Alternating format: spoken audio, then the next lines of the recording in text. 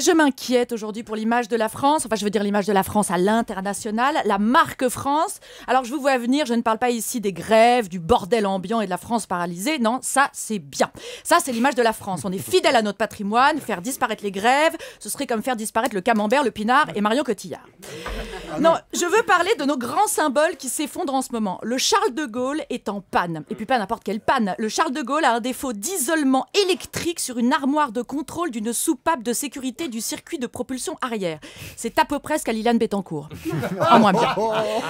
Liliane Bettencourt, autre fleuron de la France décrépite. Non mais franchement, de quoi on a l'air dans le reste du monde avec la patronne de L'Oréal qui distribuerait des enveloppes de cash au ministre et qui pose avec un godemiché en or qui trône négligemment dans son salon. Non mais je vous demande, c'est pas comme ça que les Shintok vont avoir envie d'acheter des produits L'Oréal Men Expert. C'est leur nouveau truc chez L'Oréal, les produits pour hommes. Non mais où va la France? Moi je dis que Eric Woerth, vu tout le pognon que la vieille lui a donné, enfin lui aurait donné, il pourrait au moins jouer dans la pub Men Expert.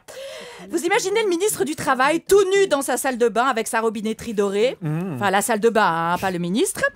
Moi, Eric Woerth, pendant que la rue gronde, je reste zen et frais toute la journée grâce à mon L'Oréal Men Expert formule anti-trace.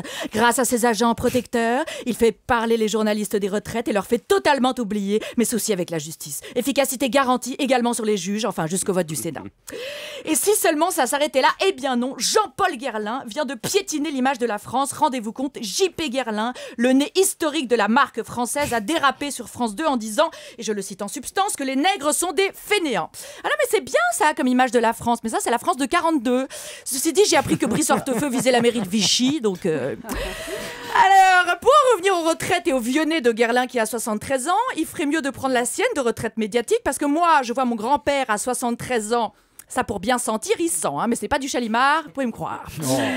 On ne peut même plus se raccrocher à la langue de Molière pour sauver l'image de la France. Je vous parle pas de notre président et de son casse-toi pauvre con, mais de nos ministres et de leur emploi du français. Après la fellation de Rachida Dati, Brice Hortefeux nous parle de son fichier des empreintes génitales à la place de génétique. Ceci dit, moi, les empreintes génitales, moi, je suis pour. Hein.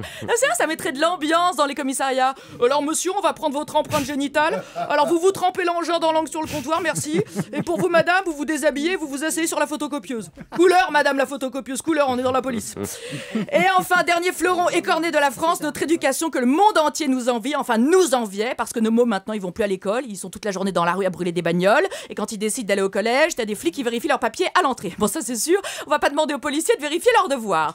Ceci dit, dans les manifs, les flics ils font ce qu'ils peuvent pour essayer de faire rentrer du plomb dans la tête des jeunes, enfin je devrais plutôt dire du flashball dans la tronche des jeunes, mais c'est déjà ça.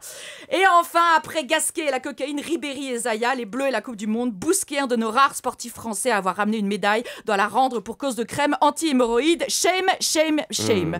Alors je vous le dis, monsieur le président, si vous voulez sauver l'image de la France et être réélu à coup sûr en 2012, laissez tomber la réforme des retraites, virez tous vos ministres et partez dans le Massif central faire du vélo en toge en bouffant du fromage. Vive la France. Un mot, Catherine, sur le godemiché de Madame Bettencourt. Oui, je voudrais vérifier. Une précision. Préciser.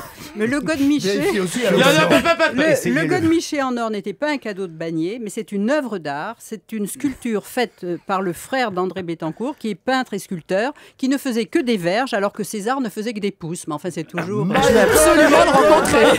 Merci infiniment. Dans 2 minutes, le journal. Merci pour cette précision, Catherine.